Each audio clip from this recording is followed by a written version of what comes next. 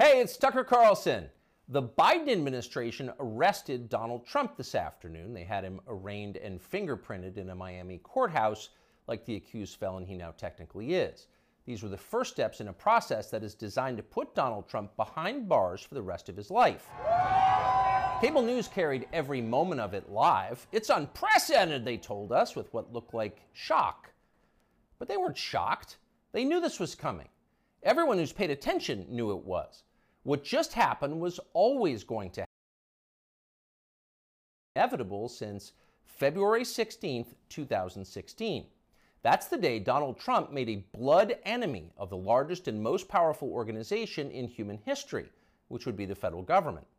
Despite what you may remember, it wasn't anything that Trump had said about immigration or trade with China or rapists from Mexico. Those are the stories that dominated the headlines that year. Trump's a racist, they screamed. Stop him! But inside Washington, that was just noise. None of it really rated. Identity politics doesn't mean much to permanent Washington. What matters, then and now, is foreign policy. The invasions and occupations and proxy wars. The decisions that determine which global populations will thrive and which will die. The policies that come with trillion-dollar price tags. The ones that, over time, have made the counties around D.C. the richest suburbs in the world. In Washington, that's what actually matters. And it's obvious when you look carefully. When there's a debate about anything else, for example, the debt ceiling, both sides take their assigned positions and they start yelling. But when Congress decides to start a war, no matter how foolish or counterproductive or obviously disconnected from America's core interests that war may be, when that happens, the leaders of both parties automatically jump behind it like circus clowns. And then they stay there, sometimes for decades. They defend that war relentlessly against all evidence until somebody finally rings the all-clear bell and they can begin to admit that actually, maybe it wasn't such a great idea. We meant well, but it just didn't work out. The good news is we've learned a lot of important lessons. In the end, they usually do say something like that, but only after emotions have cooled and the damning details have begun to fade from collective memory. It's an apology that's not actually an apology, much less repentance, and it's years too late to matter in any case. But until then, that's all you're getting. Until then, no dissent is allowed. That's the first rule of Washington. But somehow, Trump didn't bother to follow it.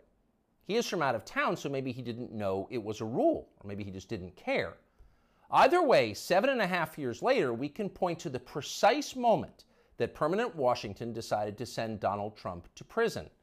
Here it is. It's from the Republican candidates debate in Greenville, South Carolina.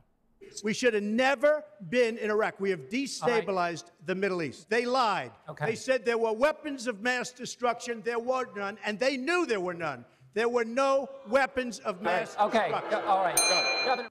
We should never have been in Iraq, Trump said.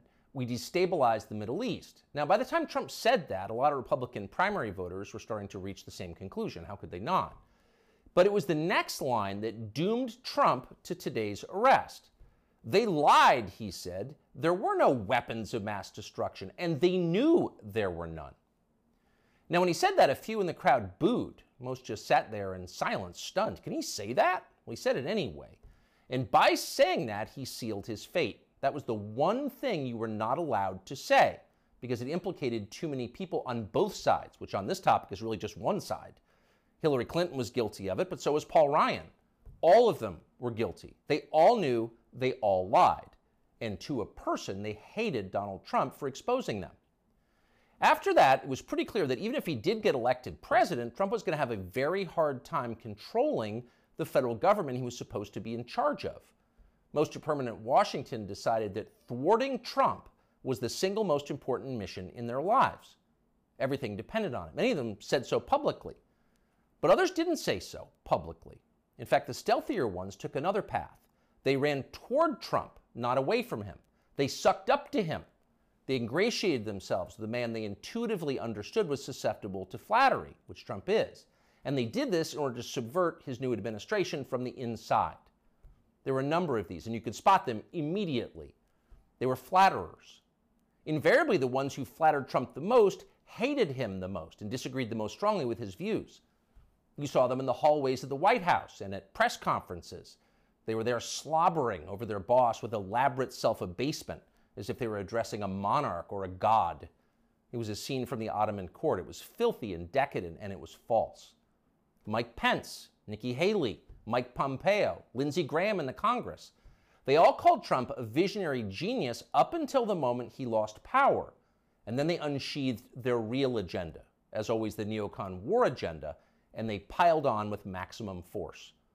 Here's Mike Pompeo, for example, on Fox News this morning. President Trump had classified documents where he shouldn't have had them, and then when given the opportunity to return them, he chose not to do that for whatever reason. When somebody identifies that, you got to turn them in. And so that's inconsistent with protecting America's soldiers, sailors, airmen, and Marines. And if the allegations are true, some of these were pretty serious, important documents. And so that's wrong.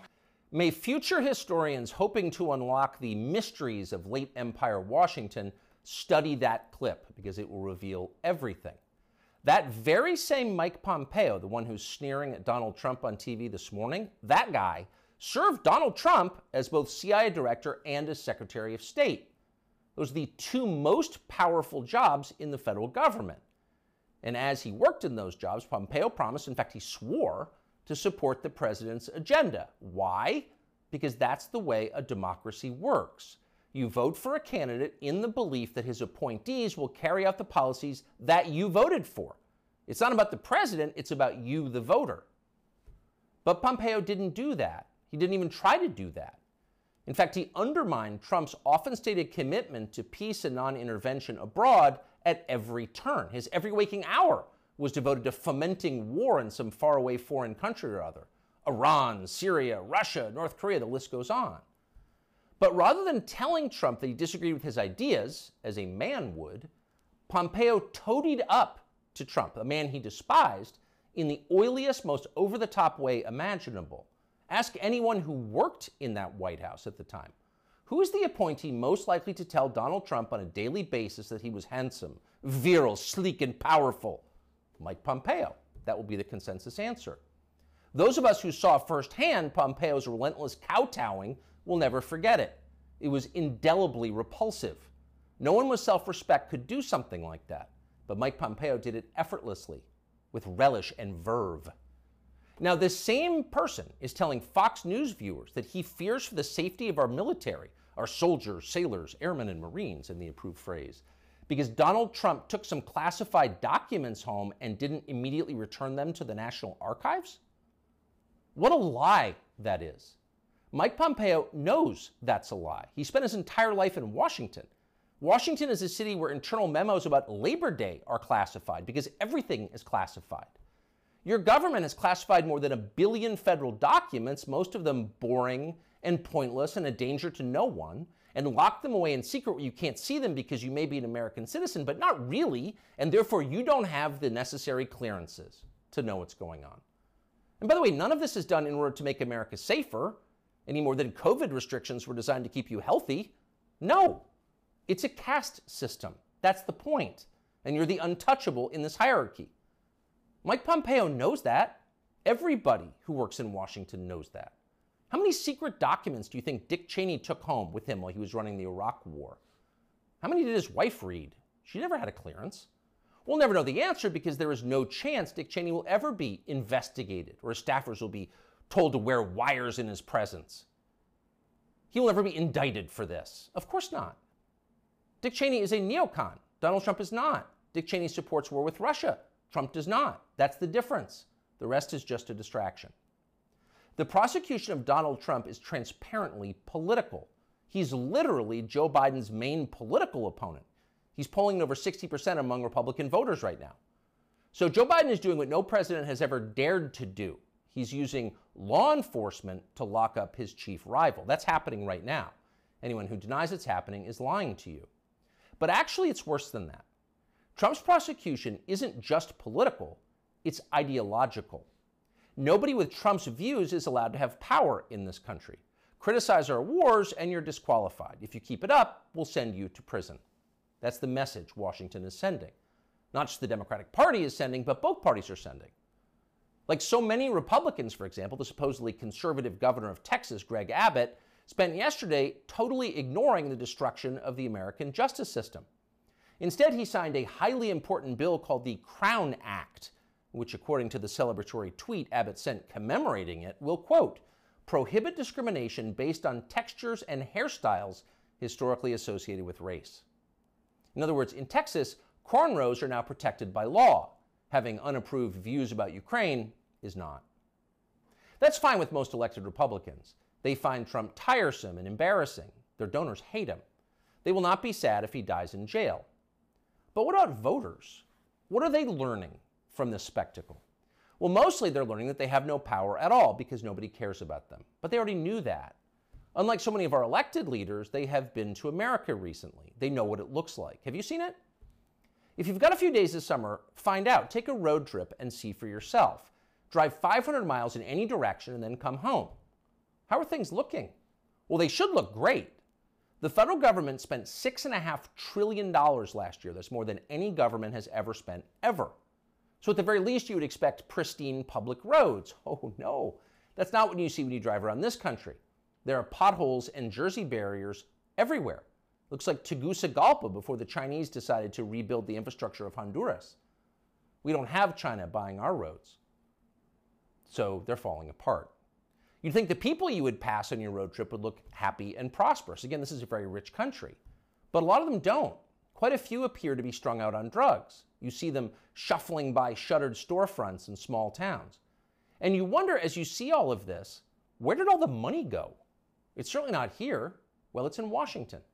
It's in Fairfax and Loudoun counties, and in leafy, perfectly manicured Northwest D.C. And of course, a huge chunk of it went to Ukraine, to Zelensky and his friends. Not because you voted for that. You didn't vote to give it to them. You never would. But because Joe Biden and his many allies, from Chuck Schumer to Mitch McConnell to Paul Ryan, and every single news anchor on all of television, all of them believe that Ukraine, its borders, its future, its infrastructure are all more important than the town that you live in. They sincerely think that, and it's obvious. Everyone in power thinks that, except for Donald Trump. Whatever else you say about him, Trump is the one guy with an actual shot at becoming president who dissents from Washington's long-standing pointless war agenda. And for that one fact, they're trying to take Trump out before you can vote for him. And that should upset you more than anything that's happened in American politics in your lifetime. Even if you don't plan to vote for Donald Trump, even if you would die before voting for Donald Trump, which is your right, and a lot of good people feel that way, even still, the destruction of our democracy, which is the right of voters to support any candidate they want, even candidates who don't want war with Russia, the destruction of that should keep you up at night. Yes, Donald Trump is a flawed man, but his sins are minor compared to those of his persecutors. In this life, we don't get to choose our martyrs. We can only choose our principles, and America's are at stake. You often hear people say the news is full of lies. In Kennedy's motorcade. 239 people. The death of Jeffrey Epstein.